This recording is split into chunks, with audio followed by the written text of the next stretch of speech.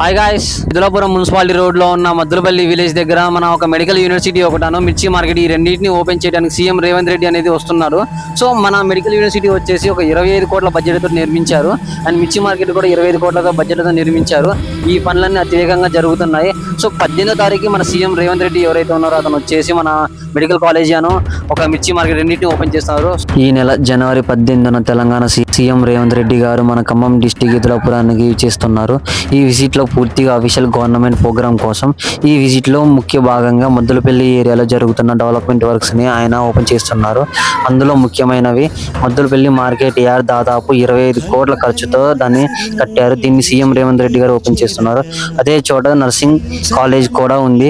ఇది కూడా 25 కోట్ల ప్రాజెక్ట్ తో దీన్ని సీఎం రేవంత్ రెడ్డి గారు అఫీషియల్ గా ఓపెన్ చేస్తున్నారు. ఇంకా జేఎన్టీయూ కాలేజ్ బిల్డింగ్ కన్స్ట్రక్షన్ కోసం 108 కోట్ల ఖర్చుతో ప్రాజెక్ట్ ప్లాన్ అనే దాన్ని ఆయన శంకుస్థాపన చేయడానికి కోసం కూడా ఈ మద్దులపల్లి అనేది ఇచ్చేస్తున్నారు.